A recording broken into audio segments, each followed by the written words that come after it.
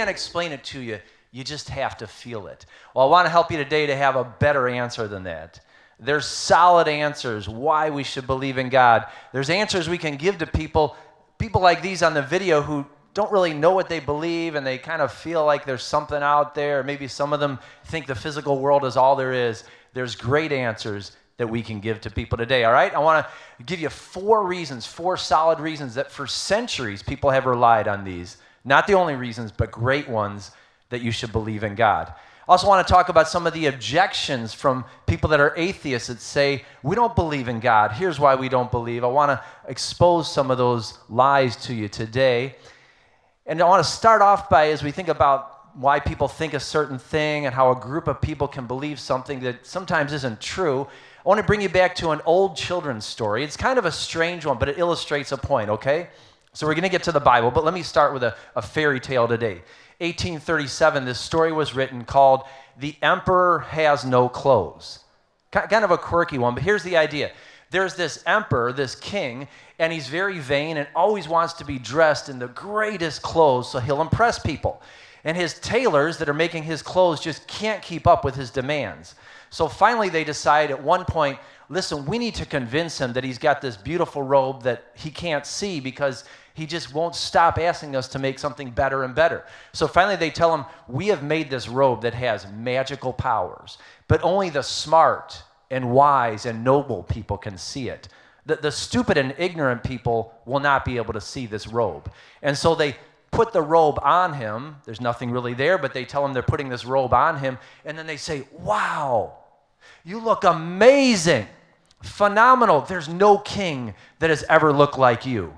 Now the king looks down at himself and all he sees is his underwear. He doesn't see any clothes at all. But he's told that he looks great, so he says, well, I must look great. I just can't see it. He doesn't want to admit that he doesn't see it. So he says, well, let there be a parade so I can walk in front of my people. So they line up all the people. They bring him out there, and he begins to walk down in this procession. Now the tailors have come and told all the people, listen, the king has this beautiful robe, but it's a magical robe. Only the wise and smart among you will be able to see it. The stupid people won't be able to see it. So he starts walking along, and people say, we have this peer pressure. They say, wow, that's amazing. That robe is like nothing I've ever seen. And he continues to walk, and people say, oh, you are the most magnificent person in the whole world. You are gorgeous. And he continues to walk until finally a little boy who doesn't understand what he's supposed to say looks up at him and says, hey, the emperor has no clothes.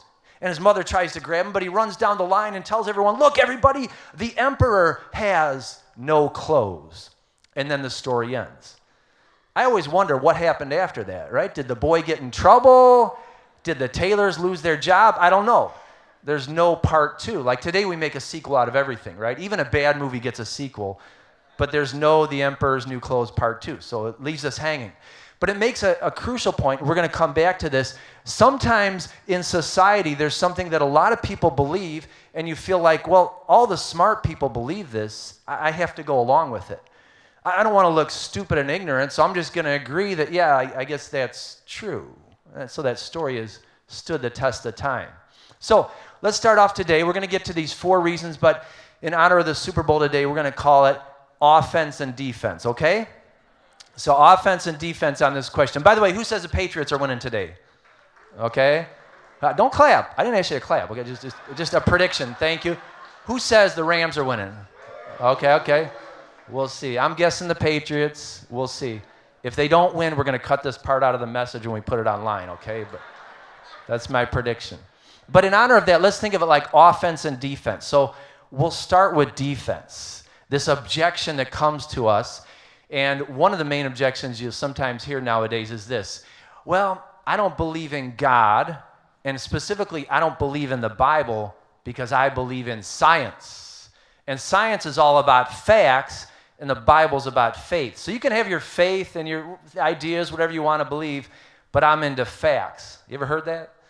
Or someone says, you know, I used to believe the Bible when I was young and I was told these stories, but then I learned from science that we really couldn't trust all that. So there's good morals and principles, but really I'm into science, and so I know the Bible is full of errors.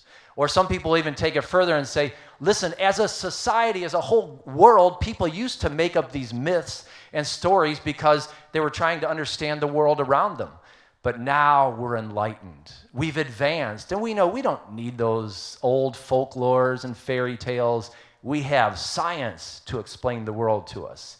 Okay? Let's talk about that. That's huge, okay? So I have a simple little diagram here that I hope will help. All right, because the Bible and science, look at it this way. They're both bodies of knowledge, okay? Both of these are things that God has given us. The Bible is a collection of books, 66 books that we believe God has inspired through people. We're going to talk about that more in a few weeks. Supernatural reasons, fulfilled prophecies. People experience life when they believe these words and put them into practice. The resurrection of Jesus, worldwide impact, greatest selling book of all time. Let's just say for now, this is a book that God inspired through people. He gave us revelation. The Bible talks mainly about life, about God, the spiritual world, relationships, how we can relate to God and to others, how we can live forever with Him, okay? So the Bible is there. The Bible is alive. It's perfect. It's not complete in the sense that it doesn't tell us everything about life, right? Obviously, if your car breaks down, you're not going to see in the Bible how to fix it, right? You need to go to a mechanic. The Bible doesn't teach us about how to farm crops and grow things and how to fight diseases, really. We discover that in life. Trial and error and learning how the world works. That's science. Now, science, in a sense, is kind of like a flashlight. Science reveals a light on the physical things in the world. So through science, we discover how things work, and thank God for that, right? So nowadays, because of scientific advancements, we have more food and better food, better health care. Aren't you glad if you have to go to the hospital that there's anesthesia? Wow. I would not have wanted to be sick back in the day, right? Medical breakthroughs are amazing. Thank God for that. And we have all kinds of technology, and this is why we have cars and planes and bridges that don't fall apart and everything else, right? So science is an awesome thing. It reveals to us scientific facts. Now, here's what I want to say to you. There is no contradiction between the Bible and scientific facts. Not one. There's nothing in between those two that disagrees. Nothing in the Bible contradicts any scientific fact. No scientific fact contradicts anything in the Bible. Now, that might sound a little strange to you because in our culture, we're taught science has disproved the Bible, and this is kind of like what the general idea in the world. Well, you can believe the Bible, but science is different. No, I want to tell you today, the emperor has no clothes. Really, there, if you look at it, ask people, if they challenge you, what scientific fact is different than the Bible? Give me one. Now, I've done this with people, and they usually hem and haw, and they have a hard time, and they'll say something like, well, I believe in evolution. Okay, and we can get into all the details about that. It's a theory. Almost none of it is proven, but if you want to look at something that's proven, what in your idea there that you would look at that's a scientific fact goes against the Bible? There's nothing, absolutely nothing. So what I want to say to you as a Christian is stand your ground. If you get in these conversations, don't feel like you have to back away and say, well, I don't know, I'm just going to say it's a private faith thing, it works for me. No, stand up to it and say, listen, we believe in science. We love science. We're pro-science. Some of you work in a science-related field. Some of you have a science degree. We are absolutely 100% pro-science. Science and the Bible are on the same page, right? Matter of fact, Psalm 19 talks about this. I love this. The heavens declare the glory of God. The skies proclaim the work of his hands. Day after day they pour forth speech. Night after night they display knowledge. As you look up in the sky, the sun, the moon, the stars, it speaks of the one who put those in place. I love what this scientist said back around 1700. Isaac Newton said, the most beautiful system of the sun, planets, and comets could only proceed from the counsel and dominion of an intelligent and powerful being. I like Isaac Newton. He's all right, right? He said, creation is amazing. There must be a creator. So what went wrong? What happened? Here's a way to describe it. We have scientific facts, but we also have scientific theories. So science is always growing and expanding, learning more about the world and physical things. And so there's always theories. Some of those theories will be found to be true over time. Some of them will be found to be false. Some of these theories contradict each other. They can't all be true.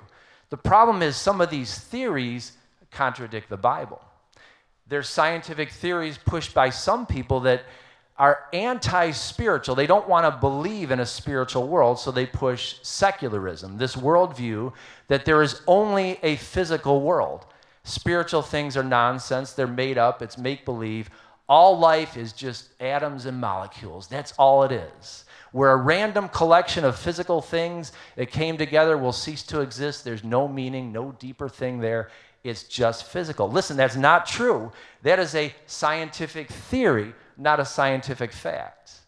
Science is awesome in its place. It's life-saving, but science is limited too. Science is the study of things that can be observed. So things that we can observe and measure and test. Naturally, science is about physical things. You can't test even things like love, right? You can't really put it in a test tube and prove it. Science can't prove the past entirely. It can give evidence, but that's why when there's a trial, if there's a forensic expert, they say, well, here's what we see. There's this evidence and this situation and this blood here, but we can't really prove the past because we can't go back into the past and repeat it, right? So who killed President Kennedy in 1963? We don't really know because we can't go back in the past. I mean, there's some scientific evidence, this, that, and the other, but the pieces are just out there. We don't have the complete picture.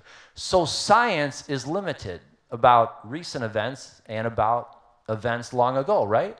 So scientific facts, fully on board with it. Believe them, hold on to them. Scientific theories, don't believe all of these, and don't get intimidated in your faith to believe, well, I got to drop the Bible because somebody told me something over here. Now, at the same time, there's tradition over here, which often gets mixed in with us as Christians. Some traditions are good. It's simply our way of living out our faith.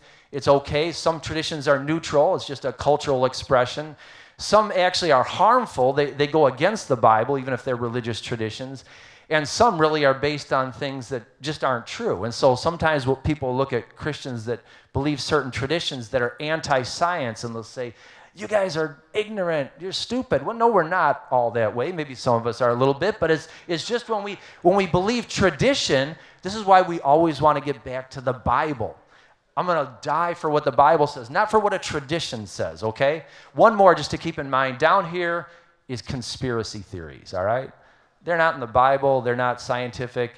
It's just a random collection of facts and ideas and fantasies that people come up with. Boy, this is popular, isn't it?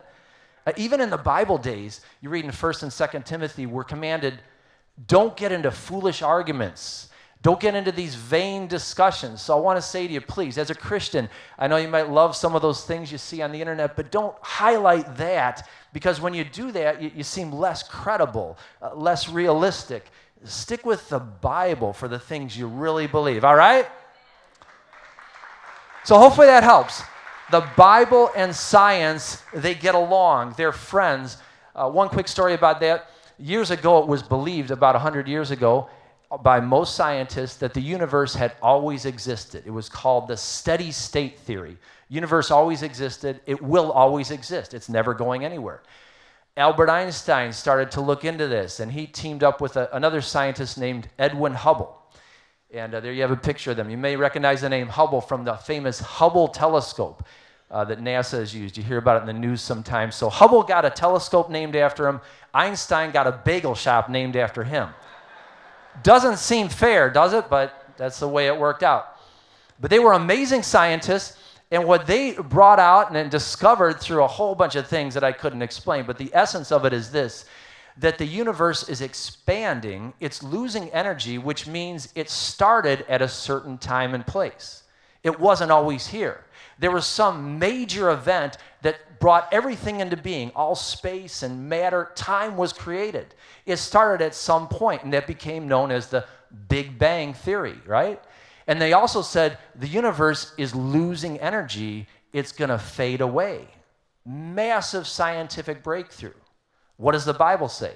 Over and over it says there was a time when there was nothing, and then God spoke and everything came into being. It also says that this universe is not going to last. Look at Hebrews 1:10 and 11. In the beginning, Lord, you laid the foundations of the earth, and the heavens are the work of your hands. That's the Big Bang. It all comes into being. And then look at this. They will perish, but you remain. They will all wear out like a garment. See, the Bible already told us there was a time when the universe wasn't here. It came into being. There'll be a time when it's no longer here. It also tells us, by the way, God is going to create a new heavens and a new earth, right? So there's going to be another Big Bang and another universe, all right? So, but we see this. Listen, the Bible already said that. So in this case, science caught up to the Bible. Like, yeah, we're on the same page. Einstein, welcome to the party. We agree, right? So scientific facts and the Bible, they agree. Now, I know that's a big topic, and some of you maybe don't agree 100% with that, but I would love to talk to you more. Listen, this Thursday night, Explore God group, come on out. It's going to be right over here in this room, 201. I'm telling you, you've been told that somehow science and the Bible are irreconcilable. They're on different pages. They are not. There are no scientific facts that contradict the Bible, not one. I want you to believe that, okay? So I'd love to talk to you about that. Now let's go on offense, okay? That's a little defense saying, hey, we love science, nothing to be afraid of. We'll stand our ground. There's no scientific fact that we have to try and hide from. Now let's go on offense. 4 reasons why you should believe that God exists. I want to encourage you to write these down, okay? 4 reasons. We're going to spend most of the time on the first 2. They're bigger and need more explanation. First one is cause. Where did all this come from? If you ever asked that, why are we here? Why do we exist? Everything has a cause. Nothing is around for no reason. I mean, the chair that you're sitting on there, it got here for a reason, right? Somebody gathered the raw materials, manufactured the chair, they sold it, it was shipped here and placed here. If you go to work tomorrow and there's a new person, you're probably going to want to meet them and you're going to say, hey, where are you from? Why did you wind up here? What's your past? If they say, I just appeared today. What do you mean you just popped up today? Where are you from? You don't just pop up out of nothing, right? If the police are driving down the road and they see a gun on the side of the road, they're going to pull over and get the gun, and they're going to try and figure out, where did this come from? Who owned it? They're going to look for the registration or marks on it. Maybe they take fingerprints. They know there's some past to that gun. There's some reason why it wound up where it's at. Common sense, right? We know everything has a cause. Nothing came out of nothing. Romans 1:19 and 20 puts it this way. Since what may be known about God is plain to them, because God has made it plain to them, for since the creation of the world, God's invisible qualities, his eternal power and divine nature, have been clearly seen, being understood from what has been made, so that people are without excuse. So there's things we can understand about God from the world. We can understand something about God's power, his nature. Not everything, but enough to know that this God must be able to put everything here. He must be incredibly intelligent and powerful. Tragically, there's a lot of these voices that around today influence a lot of people and say, there is no God. We're just here by accident. There are scientists who are brilliant in their own way, but they go out of their lane and they start to tell people things that science couldn't even prove, and they say things that are totally illogical and against all the evidence. So let me quote a couple of them, and these people have gone on record and written books and been well-known and celebrities, so their views deserve to be evaluated. So one of the famous one, Richard Dawkins, big-time atheist, scientist. Here's what he says about the beginning of life. He says, life started by an initial stroke of luck. It's just luck. Lucky thing. We're only here because all this stuff came together. It was a lucky coincidence. Here's another thing he says. He wrote a book about how we got here. He says, in the beginning, the account of the origin of life that I shall give is necessarily speculative. By definition, nobody was around to see what happened. So he says, I'm speculating here. So right away, that's not science, right? He's a scientist claiming that he's talking about scientific facts, and he says, I'm speculating. And then he makes a claim to fact. He says, nobody was there when this all started. Well, how does he know that? How does he know nobody was there? The fact is, somebody was there. The God who made everything, who created it all, was already there. He did it, and he's told us about it. God was there. Richard Dawkins wasn't there. He doesn't know. Why would you listen to Richard Dawkins talking about something way in the past? He's guessing entirely. This is not truly science, all right? This is speculation from someone that doesn't want to believe in spiritual things. I mean, imagine if someone came to your family gathering and they started talking to your relatives, especially your older relatives, telling stories back in the day, amazing things, and they started saying, you know what, I think you're lying. That's not how it happened. They say, excuse me? Nah, you don't know what you're talking about. I said, what do you mean? All those stories you're telling, that's nonsense. None of that's true. Hey, you probably wouldn't let them stay around your family real long, right? Like, how do you know what happened in our family back in the day? You weren't a part of our family. You weren't there, right? You have no right to go and say what happened or didn't happen. And we all have our different areas that we're called to, right? So I get to visit people a number of times in the hospital as a pastor, and many times I've been there in intense situations, sometimes when doctors come in and sometimes when people are really sick, sometimes even in a coma or unconscious, and visiting with the family then. And the doctors come in and sometimes they talk and interact. And of course I step to the side. I want them to do their thing. What if I interrupted those doctors as they're talking? I said, excuse me, doctors? Hey, can I talk to you? I think I know what's going on here with this person's body. Can I see those charts? Let me see them. I want to explain to you. I think you guys have this all wrong. You're looking at this backwards, right? I mean, they might look at me and say, who are you? Did you ever go to med school? I say, well, no, but I did watch a show about doctors once. And I remember this episode, and I think I can tell you what's happening. Let me have it for a minute. Not going to happen, right? They say, hey, stay in your lane, right? You're here to talk to this person, pray for them. That's great. Do that. But when it comes to medicine, we know what we're doing. This is our area, right? So it's kind of like science. Science is awesome in its spot. Understanding this physical world, figuring out how things work, understanding how we can live physically in this world. But when it tries to explain the origins of life, the beginning, what happened and why we're here, and whether or not there's a spiritual world, science is way out of its lane, okay? So we love science, but when it gets too far out of its lane, we got to say, wait. Get back in your spot. You can't explain all of life. One of the other famous scientists, Stephen Hawking, super popular, wrote a lot of books, very intelligent. He's the one that had ALS. He was in a wheelchair for most of his life, just died last year. And so there was a movie about his life in 2014, The Theory of Everything. So I watched this with my wife. Hard movie to watch. And of course, you feel for the guy having to live in a wheelchair all these years, and he was extremely intelligent. But a lot of the movie is based on the title, The Theory of Everything. He was always trying to figure out, how did we get here? Why are we here? And so he came up with one theory, and based just on a physical view of life, that there was no spiritual world, no God, so it all came about by accident. So he worked for years, came up with a theory, and then some new scientific research showed that really couldn't have happened. So he came up with another theory. He said, okay, maybe it's this whole long, intense, complex theory, and then some more research came out that really isn't possible. And so he came up with another theory his whole life, and if you watch the movie, over and over he's at the blackboard writing out these long equations, trying to figure it out. Now, with all respect, like I'm sure he had a much higher ACT score than me, right? If he took the ACT. He probably clept out of it. Very intelligent person, but he refused to acknowledge that there was a spiritual world. He refused to even admit the possibility of a God. Matter of fact, his wife was a Christian, and they show that in the movie. His first wife was a Christian who became more devoted as she was married to him, more devoted to the Lord, and obviously they had huge conflicts. They wound up getting divorced, and she wrote a book and said that he loved science so much he wanted everything to be explained by equations. He refused to believe in a spiritual world.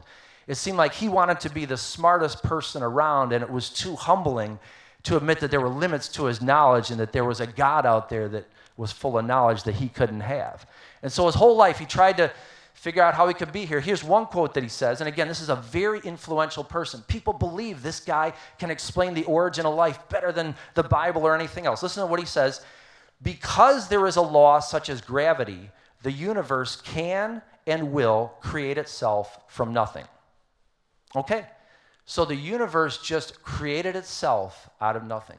Nobody caused it. Nobody made it happen. There was nothing, and then one day, bam, what a lucky thing. The universe just popped into existence. And here he references gravity as though that has something to do with it. Gravity is an awesome thing. Thank God for gravity, right? But gravity is part of creation. Gravity doesn't create things. It's part of creation. So the idea that, well, there's gravity and somehow all these things just come together, and people will say this, they'll just kind of throw it all out there. Well, given enough time and chance and all this, and again, time is limited. Einstein proved that. But they'll just say everything just came all together and there's big explosions and it all just wound up this way. It absolutely just created itself. I want to tell you, the emperor has no clothes. Don't give in to this stuff. You need to point it out. Hey, that there's nothing there. These guys are struggling to explain life. Now, within certain areas, they're real smart, but when they go out here, they're clueless, and they refuse to believe in God, and so there's no good explanation. So cause, the main reason, number one reason I believe you should believe in God. There's no other explanation how we could be here.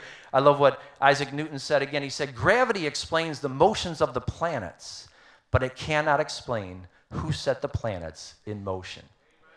We didn't get here by accident. There's a God outside of time and space who's all-powerful, who's extremely intelligent, who has life in himself, so life always comes from life. He alone could create life, all creatures. He could make it all work, breathe life into us, and make us in our image. That's how we got here. So talk about cause with people.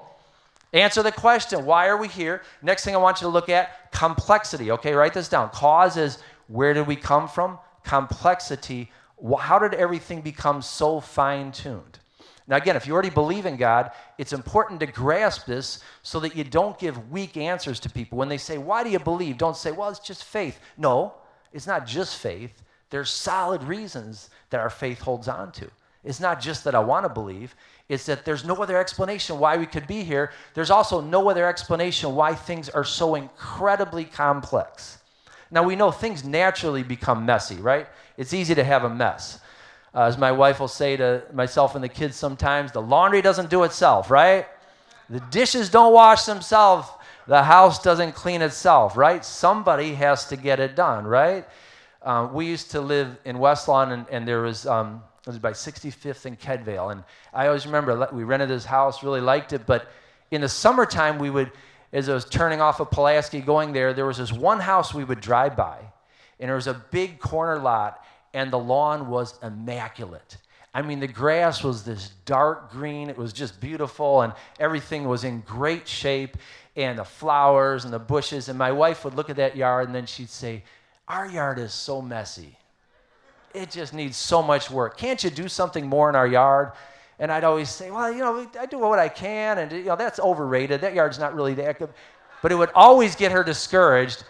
So you know what I did? I stopped driving down that street. I would go out of the way to get home because this yard took so much work. I couldn't do it. I didn't want to pay for someone to do it. But something beautiful takes effort. It doesn't happen just on its own. There's a law in science which says things naturally move toward disorder. Second law of thermodynamics. Things naturally move toward disorder. So why is the universe so fine-tuned? Just think of a few things. The universe, when the Big Bang happened, that again, we agree, and that's just agree upon, it's just a way of describing what God did. Everything had to be just right. Normally, when there's an explosion, there's chaos. If you put a bomb in a car parts factory, it's going to blow up, boom, and you're not going to have all these parts come together to make a car. It just doesn't happen. Life doesn't work that way, right? But somehow the Big Bang produced all these planets that are just right, and there's gravity holding them together. How does that happen, right? It's just there. We have the sun at just the right distance for us, right? If we were a little closer, we'd burn up. A little further away, we'd freeze. We freezed a little bit this week. This week froze a little bit, right? But we didn't die, right? So we're in just the right spot. The atmosphere is just right. Just the right amount of oxygen. Our lungs, is it a stroke of luck that our lungs are just right? We can breathe in and breathe out without even thinking about it. We have to do it or we'd be dead, right? Our heart, our liver, our kidneys, they work. And you find this out sometimes when something doesn't work, we don't take it for granted, right? Like if one of your vital organs is going bad and you need a transplant, you realize, wow, this is so intricately, so precisely made. We can't make those organs. The only way you can get a new one is to take one out of someone that's about to die, right? Because, hey, we can't make a liver or a kidney. I mean, we need to take one from someone else. These things are just too complicated. Only God can make organs like that, right? That's why we need to get them from somewhere else. The whole universe, the smallest change in gravity, oxygen, the ratio of electrons and protons, we would not be here. We would not exist. Think about our DNA for a moment. Okay, there's been a lot of research understanding our DNA that's inside of us. I like what Bill Gates said. He said, DNA is like a computer program, but far, far more advanced than any software ever created. Wow, that's an understatement, right? The DNA inside of us, and I was learning about this and hard to grasp it. I couldn't understand a couple websites, just got a little bit of it, so I went to Wikipedia, I'll admit, because that is usually easier. Then I found out that was hard to understand. I never knew there's actually a simple Wikipedia, right? So like if Wikipedia is too complex, seriously, go to simple Wikipedia. It's even easier. So I pieced this together. Here's the best way I can describe it. Inside of us, there's these pairs of molecules. They call them base pairs, and you've seen the picture of that strand like a staircase. It goes throughout us. And scientists have discovered that inside of us, there's about 3.2 billion molecules. 3.2 billion. Everyone has a pair, so everyone has a dance partner type of thing. There's 6.4 billion molecules in every person. And every one of those molecules isn't some random piece of dust or sand. No. Everyone is intricately, very complex. It's created, and it has a message on it. It has a code on it, and it's giving instructions to your body. It's creating proteins and guiding things in your body. In our 23 chromosomes, like that DNA, 23andMe, that's where that comes from. They're kind of like the managers over all these molecules. Each one of them oversees a couple 100,000 molecules, and they're managing them, telling them what to do, guiding them. And that's why things happen in your body the way they go. So understand, inside of you right now, even if you're having a slow day, there are 6.4 billion molecules at work. Isn't that amazing? Oh, that's phenomenal. Each one has something written on it. It's like there's a book inside of you with 6.4 billion words. Wow, give glory to God, huh? Isn't that tremendous?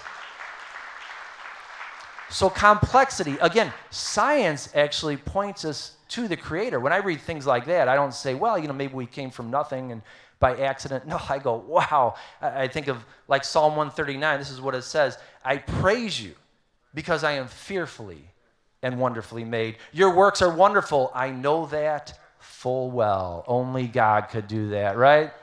Only God could make DNA. God made it all, and He keeps it running, by the way. Let's not forget, not only is God the Creator, He is the sustainer. Otherwise, think about it, every beat of our heart is a gift from God. If He pulled His grace away from me and I stopped having my heartbeat, I'd fall over right here. They have to carry me out of here, and you too. Because every breath we get, every beat of our heart, it's a gift from God. Colossians 1:17 says, He is before all things, and in Him all things hold together. So complex things. And we can understand this in lighter things too. Matter of fact, I asked our keyboard player if he could come up here for a minute, Arnoldo. So I asked him, brother, play something on the piano. Go ahead, play something. Just start jamming. Have fun with it. Don't you wish you could play piano, right? 88 keys on the keyboard. Countless variations of chords, of notes. And it's a beautiful thing when someone can play a keyboard and they just go up and down, right? And they're back and forth and all over. It's a beautiful thing, right? So when you hear someone play like that and they're moving their hands around, what if I told you that this brother right here, he really doesn't know how to play keyboards. He really doesn't know it. He just is guessing. Every week when he comes in here, he just sits down and just randomly moves his hand. thankfully, by a stroke of luck, he hits the right keys every time and it sounds good. Matter of fact, the whole worship team, they're just guessing. There's no intelligence there. There's no design, no creativity. They just messing around. Matter of fact, they're all deaf. They can't even hear a thing. They just play randomly, and it just happens to come out just right, so we understand it and it sounds beautiful and it works together. It doesn't happen by chance. Thanks, brother. Good man. You know, if someone knows how to play an instrument, especially if they're really skilled, they've put a lot of time into it. They've put a lot of effort. There's talent, there's sweat, there's discipline. It's complex. It didn't happen by accident. So I want you to understand this. You can believe because of the complexity of life, yes, it is evidence that there is an almighty creator behind it. All right? 2 more reasons. We'll run through these a little more quickly. All right? Third one is conscience. All right? The first 2 are more about the hard sciences. Where this all come from. Look at the universe, the skies, the earth, and look at our bodies, the complexity. Now, conscience. This is an argument about who we are. We all have a sense of right and wrong. Throughout the world, throughout history, people have always had a sense that there's right and wrong. That's part of being human. I like how C.S. Lewis puts it. Human beings all over the earth have this curious idea that they ought to behave in a certain way and cannot really get rid of it. As part of being human, I mentioned last week, it's part of being made in the image of God. Animals are different. Animals, they can be rough, dog eat dog. They don't feel bad about it, right? And some people say, well, a conscience just evolved over time. No, it didn't. We always had a conscience. And some people violate their conscience or harden their conscience, which is a scary thing. But we all have a natural sense of conscience. You never see dogs change their conscience and evolve more, right? I mean, dogs are who they are. Like, you never see dogs get together and say, we should really stop biting people. I know our forefathers did it, but we shouldn't do it anymore, right? You never hear dogs getting together and we've decided in this neighborhood we're not going to poop in people's yards anymore. It's just not right. They shouldn't have to clean up after us. No more of that. Come on, we can do better. They don't, right? I mean, they are who they are. They're going to keep being who they are, right? That's what a dog is. Well, as people, we have a conscience. We have an inbuilt sense of right and wrong, and so there's this moral code throughout the world. Look at what Romans 2 says, speaking about people, even if they haven't been exposed to the Bible. It says this, indeed, Romans 2:14, when Gentiles who do not have the law, people in this case that hadn't been exposed to the Word of God, they do by nature things required by the law, they are a law for themselves, even though they do not have the law. They show that the requirements of the law are written on their hearts. There's a conscience. They have a sense of right and wrong. Their consciences also bearing witness, and their thoughts sometimes accusing them and other times defending them. So the way you can talk about this with people, if they're really saying, I don't believe in God, or they're really pushing against this, is pick some horrible evil, and tragically there's always something in the news we can point to, or even pick something from years ago and say, was that wrong? Look at World War II and the Nazis. We've all seen the horrific footage of people gathered together, put into trains, brought to concentration camps, starved to death, worked to death, destroyed millions of people, the piles of bodies. We've seen those pictures. They're so hard to even look at because you know in your conscience how wrong that is. And then ask someone, were the Nazis wrong? And unless they're really a crazy person, they're going to say, well, of course they were wrong. Why were they wrong? Well, it's wrong to kill. Why is it wrong to kill? Oh, it just is. You're violating people's rights. Where do people get their rights from? Why do they have rights? If we're a random collection of atoms that just accidentally popped into existence, who's to say we can't go out and mass murder a bunch of other people? Feel like doing it? Hey, it's all relative. You want to do this? We want to get together and kill all you guys. Who's to say? Who's to say that's wrong? So Richard Dawkins, again, this famous atheist, he was asked about that. Here's what he said. What's to prevent us from saying Hitler wasn't right? I mean, that is a genuinely difficult question. No, it's not. It's not a difficult question. It's only difficult if you have no sense of God because you can't explain right and wrong. Now, at least Dawkins here is honest that, hey, without God, it's really hard to say what's right and what's wrong. Some people want to keep the morality and the good things of the Bible without acknowledging God. So let me just say a word to that too. For some people to hear all this, And they say, okay, you're right. It's hard to explain how we got here and why things are so complex and why we believe in right and wrong. So I can't really be an atheist, but I'm going to be an agnostic, which means we can't know. Nowadays, sometimes those people are called nuns, not like Catholic nuns, N-O-N-E-S, meaning I don't affiliate myself with any church or religion.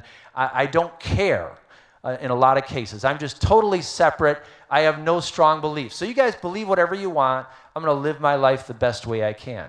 A lot of times it sounds good too, like, hey, I'm very moral. I try and help other people. I like some of the teachings of Jesus. I don't believe all the spiritual stuff and resurrection and heaven and hell, but I like the teachings. They want the fruit of that. No one wants typically the atheistic result that says, hey, anybody can do anything. No one's to say what's right and wrong. There's no higher authority, no higher moral law. No, they like the fruit of having a God, but they don't want to acknowledge God. So they say, I'm just going to say I can't know. That way I kind of avoid all these hard questions. I don't have to answer where we came from, why life's complex. I don't know. Here's what I want to say to you, though.